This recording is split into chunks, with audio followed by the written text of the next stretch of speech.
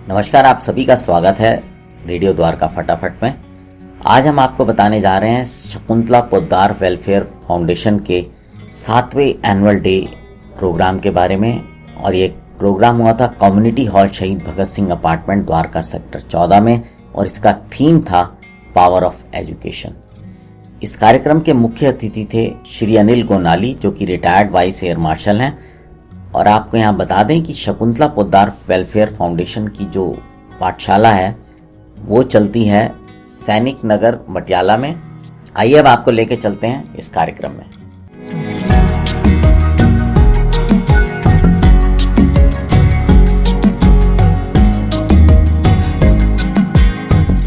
ये बच्ची पढ़ती है? नहीं मैम, क्या करेगी ये पढ़ लिख कर? इसके पापा ने कहा है कि शादी करनी है अब इसकी। क्या बात कर रहे हो? कितनी साल की है ये? इसकी शादी क्यों करवा रहे हो? इसकी उम्र 12 साल हो गई है। आप इसे पढ़ने भेजो। नहीं मैम। अरे इसकी अभी खेलने और पढ़ने की उम्र है। मम्मी मुझे अभी शादी नहीं करनी है, मुझे पढ़ना है, कुछ बनना है। ठीक है, करती हूँ तेरे पापा से बात। बेटा, क्या नाम है तुम्हारा? क्या तुम पढ़ना चाहते हो? हाँ मैम, मैं पढ़ना चाहता हूँ। तो चलो मेरे साथ, मैं आपको पढ़ाऊंगी। बेटा, कहाँ है आपके मम्मी पापा पापा नहीं। हाँ मैडम जी, बोलिए क्या बात है? क्या ये आपका बेटा है? हाँ मैडम जी, ये मेरा बेटा मोनू है। क्या ये स्कूल पढ़ने जाता है? नहीं मैडम, क्या करेगा पढ़ लिख कर? पढ़ेगा तो माल कौन छाटेगा? माल नहीं छटा तो हमारा गुजारा कैसे होगा? गुजारा नहीं होगा तो हम खाएंगे क्या? एक बात बताइए, कूड़ा मिट्टी क्या कर लेगा? पढ़ लिख कर तो बहुत कुछ कर सकता है। आज के टाइम में तो पढ़ाई के बिना कुछ भी नहीं है। देखिए, हम समझते हैं आपकी दिक्कत को। आप क्या चाहते हैं कि आपका बच्चा भी यही काम करे और इसका जीवन भी इसी काम में निकल जाए? बच्चा एक कच्ची मिट्टी के घड़े जैसा होता है, उसे जैसे ढाल दो वैसे ढल जाता है। अब इसका भविष्य आप पर निर्भर करता है। ठीक है मैडम जी, ये कल से रोज पढ़ने जाएगा। बच्चों का परफॉर्मेंस बहुत अच्छा लगा। उनकी प्रतिभा, उनका जोश, उनका उल्लास और उनका डेडिकेशन देख करके मैं खुद ही प्रोत्साहित हो रहा हूँ। साथ साथ कंप्लीट नहीं, बहुत उल्लेखनीय काम कर रही हैं रत्ना जी। और मैंने उनके माता पिता से भी मिलकर के बहुत खुशी हुई कि उनके संस्कार है, उनकी शिक्षा है, जो आज उनके बच्चे इस तरह देश के लिए, बच्चों के लिए काम कर रहे हैं। आपका नाम क्या कहता है? मेरा नाम राजीव नायर है। ये हमारी great grand mother Mansa Devi थी, उनके नाम पे हमारा फाउंडेशन चल रहा है। छोटी सी तरीके से इनका थोड़ा बहुत ईयरली हेल्प कर देते हैं। यहाँ देख के लगता है कि हम जो करते हैं सही करते हैं और सही जगह जा रहे हैं फंड्स, और ये देख के तो बिल्कुल हृदय प्रफुल्लित हो जाता है। सर, 7 साल पूरा कंप्लीट हुआ, क्या कहना चाहिए? बच्चों का परफॉर्मेंस आपने देखा, क्या कहना चाहिए? सब बहुत बढ़िया है, सब भावात्मक है और मूव कर देने वाली performance. Thank you so much invite करने के लिए।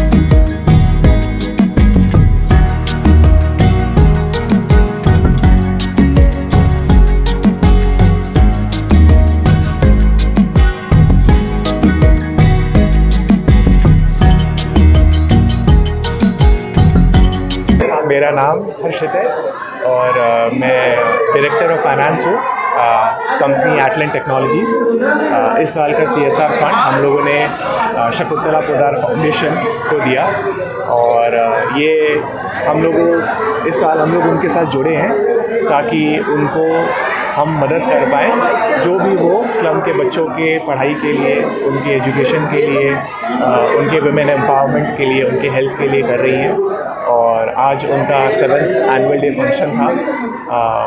देख के काफ़ी अच्छा लगा, बच्चों का प्रोत्साहन, बच्चों की प्रतियोगिता, और जो भी ये काम कर रहे हैं। मैं आशा करता हूँ रत्ना जी, जो इनकी फाउंडर हैं, और यहाँ पे सभी टीचर्स, सभी वॉलंटियर्स को जो ये काम कर रहे हैं ये आगे करते रहें और इसी तरीके से बच्चों को आगे प्रोत्साहन करें। और हम लोग एटलेंट की फैमिली की ओर से पूरा कोशिश करेंगे इनको हेल्प करने के लिए, ताकि हम लोग एक सशक्त समाज की ओर आगे बढ़ सकें।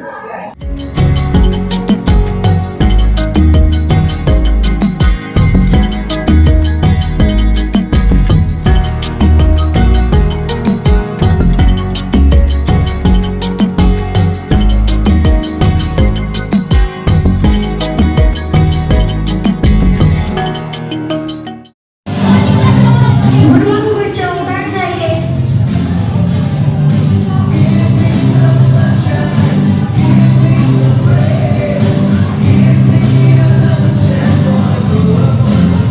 बेटा, आपका पढ़ाई में मन नहीं लग रहा? अच्छा चलो बताओ, आपको क्या करना अच्छा लगता है? मुझे डांस करना पसंद है मैम। बेटा तो चलो डांस ही कर लेते हैं, आप उसमें भी करियर बना सकते हो। जिंदगी में वो काम करो जो आप करना चाहते हो, क्योंकि हमें कामयाब होने के लिए नहीं बल्कि काबिल होने के लिए पढ़ना है। मेरा नाम रत्ना है, रत्ना लोचन। और कैसा रहा ये 7 सालों का सफ़र आज एनुअल डे? तो ये 7 साल का सफ़र दिलचस्पी रहा है और स्ट्रगलफुल भी रहा है। काफ़ी स्ट्रगल आए और कुछ अच्छे मोमेंट्स भी आए। तो ले दे के मुझे मज़ा आता है इन लोगों के साथ काम करने में, बच्चों के साथ, और दिल में जुनून है, एक मकसद लेकर चल रहे हैं हम। तो कठिनाइयाँ कितनी भी आए वो हमें तो चलना है, हमें आगे बढ़ना है, इनके लिए कुछ करना है। तो वो मैटर नहीं करता, मायने नहीं रखता कि कितनी मुश्किलें आई हैं। और जब कुछ अच्छा काम करने चले तो उसमें मुश्किलें तो आती ही आती हैं।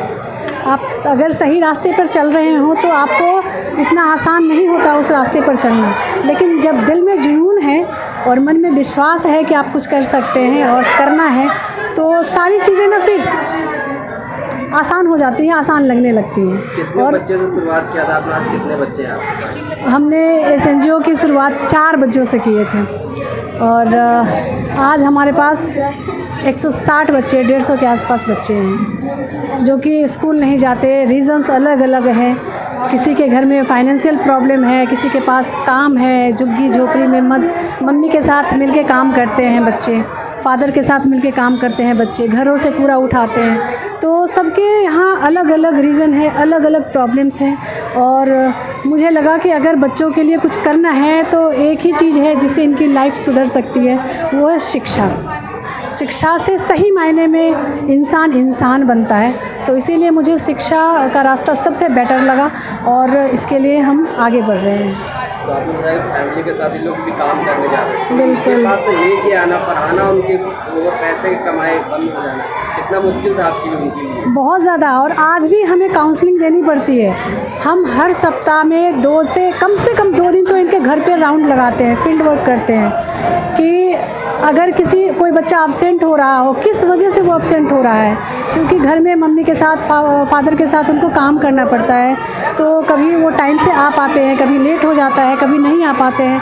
तो उनको घर जाके काउंसलिंग देनी पड़ती है, मम्मी पापा को समझाना पड़ता है और वो बच्चा हमारे यहाँ रेगुलर आ पाए, इसीलिए हम उनके एरिया में ही जाकर सेंटर हमने खोला है। उन्हें कहीं और दूर जाने की ज़रूरत नहीं है। उनके मदर से, फादर से रिक्वेस्ट करते हैं कि आप काम करते हुए आप कम से कम 1 घंटा निकालिए, 1 घंटा निकाल कर इनको हमारे पास भेजिए। दूर कहीं जाना नहीं है, आने जाने में टाइम नहीं लगेगा, वहीं पर आके बच्चा पढ़ता है और हम उन्हें इतना मोटिवेट कर देते हैं फिर पढ़ने के लिए कि वो अपने घर का काम फिर मैनेज करके सुबह सुबह हमारे यहाँ पढ़ने के लिए आ जाते हैं। मेरा नाम श्रद्धा सुमन है। और आप एनजीओ से किस तरह से अपना योगदान दे रहे हैं बच्चों के लिए? तो इस एनजीओ में मैं शुरुआत से ही हूँ, 2018 से। और मेरी मदर हैं रत्ना, जो इसकी फाउंडर है। और मैं शुरुआती दौर से, जब मैंने अपनी 12th पास की थी, तब से ही मैं जुड़ी हूँ और मेरा लगभग 90% समय इसी में जाता है। आज 7 साल पूरा एनुअल डे आपका जी। किस तरह से तैयारी थी बच्चों की? तो सबसे पहले तो ये 7 साल इतनी आसानी से गुज़रे नहीं हमारे, और आज बहुत ही खुशी हो रही है कि हमने कॉन्टिन्यूसली बिना हार माने इतना चैलेंजेस फेस किया और सभी ने हमारा सपोर्ट किया। इसमें ये टीम वर्क के साथ ही हो पाता, और आगे भी हम आशा करते हैं हमारे टीचर्स, हमारे वॉलंटियर्स ऐसे ही हमारा साथ देते रहें और जिस ऑब्जेक्टिव से हम लोग आगे बढ़ रहे हैं। ऐसे ही हम 10 साल 12 साल 50 साल ऐसे ही पूरे होते रहे हमारे ऑर्गेनाइजेशन का, और बच्चों का भी भला होता रहे।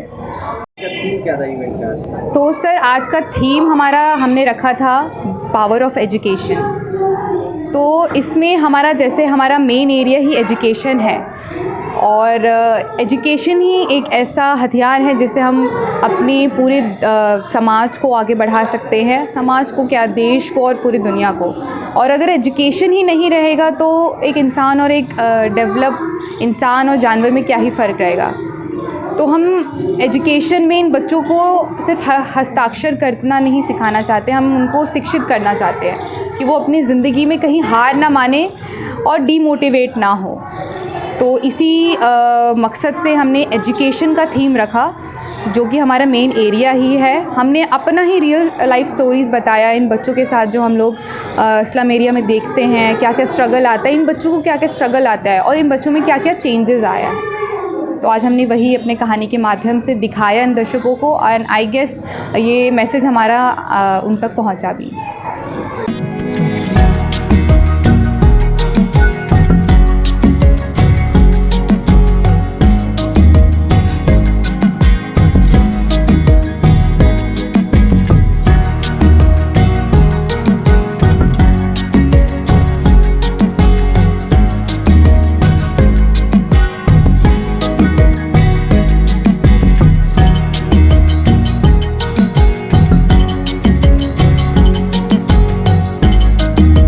My name is Shahid Raza and I'm a dance teacher by profession।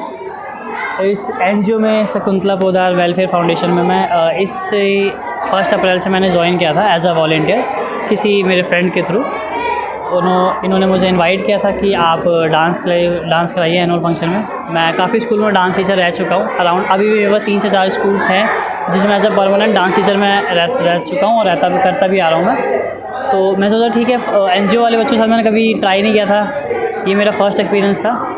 काफ़ी अच्छा एक्सपीरियंस, और बच्चे भी काफ़ी अच्छे हैं, जो स्टाफ मेंबर्स हैं वो भी काफ़ी अच्छे हैं। बच्चों ने ज़्यादा परेशान तो नहीं किया? नहीं, बच्चों ने ज़्यादा परेशान नहीं किया मुझे, बच्चे कोऑपरेट थे। हाँ, थोड़ा बहुत शरारती तो बहुत है, नखरे झेलने पड़ते हैं, हर ही बच्चों के झेलने पड़ते हैं, लेकिन हाँ ये कि मुझे बॉन्डिंग बनाने बहुत अच्छे से आता है। मैं बॉन्डिंग बना लेता हूँ बच्चों के साथ। मेरा नाम अंजलि है।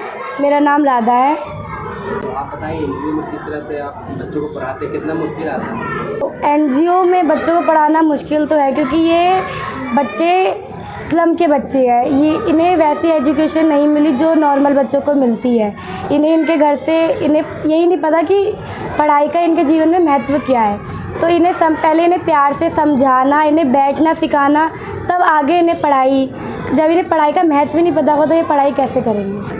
Yes, I completely agree with Radha कि ये नॉर्मल बच्चे नहीं हैं, इनको पढ़ाने के लिए थोड़ा पेशेंस रखना बहुत ज़रूरी है। तो वो यहाँ पे आकर ही मैंने सीखा है ज़्यादातर। आज जो इवेंट हुआ इसमें किस तरह से बच्चों को सिखाया था आपने, क्या सिखाया था? हमने बच्चों को एक्ट करवाए थे, डांस करवाए थे और रोल प्ले था, और काफ़ी बच्चों ने जो है बढ़ चढ़ के पार्टिसिपेट करा है। इन बच्चों में बहुत मोटिवेशन है कि नहीं हमें करना है, और हमें ये देख के बहुत अच्छा लगता है। बच्चे रोते हैं कि हमें ले लो डांस में, हमें ले लो। अब हमारे NGO में 150 बच्चे, हम सबको तो नहीं ले सकते, तो बच्चे रोते हैं कि मैम हमें इस डांस में ले लो, हमें उस डांस में। तो हमें भी बड़ा चूज़ करके सोच समझ के बच्चों को लेना पड़ता है। हाँ बिल्कुल, फिर भी हम बच्चों को निराश ना करते हुए उन्हें कोशिश करते हैं कि ज़्यादा से ज़्यादा उनका पार्टिसिपेशन रहे, और वो आते भी हैं। इसीलिए यही मेन मोटिव है, उनको शो करना कि वो किसी से कम नहीं है।